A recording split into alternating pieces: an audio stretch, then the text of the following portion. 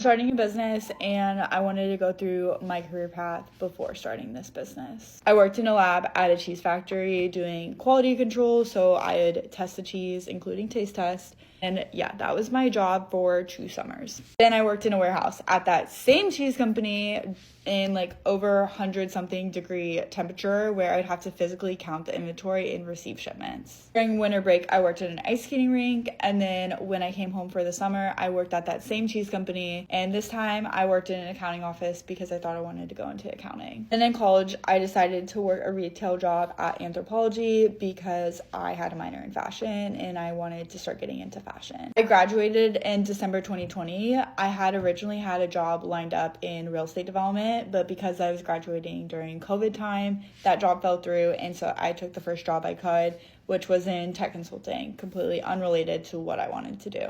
While I was working in tech consulting, I actually picked up a job in event planning because I wanted something more creative. So I did event planning, and also I would like create inspo boards. So brides or like whatever event it was, they would put like a Pinterest inspo board together, and then I would make it come to life. That job was so creative, and I really enjoyed like having that element, and it made me realize like I actually am more creative than I thought. So then I also picked up a job in strategy consulting for a brand agency because I thought I wanted to go into branding. So what I did there was I set marketing and PR objectives, and I just helped implement them. I had all this random experience under my belt, and somehow I just like had randomly applied and got a job opportunity in equity research at an investment banking firm. So now I had exposure to finance, and I was covering stocks in biotech, hardware, industrials, AI, like all that stuff.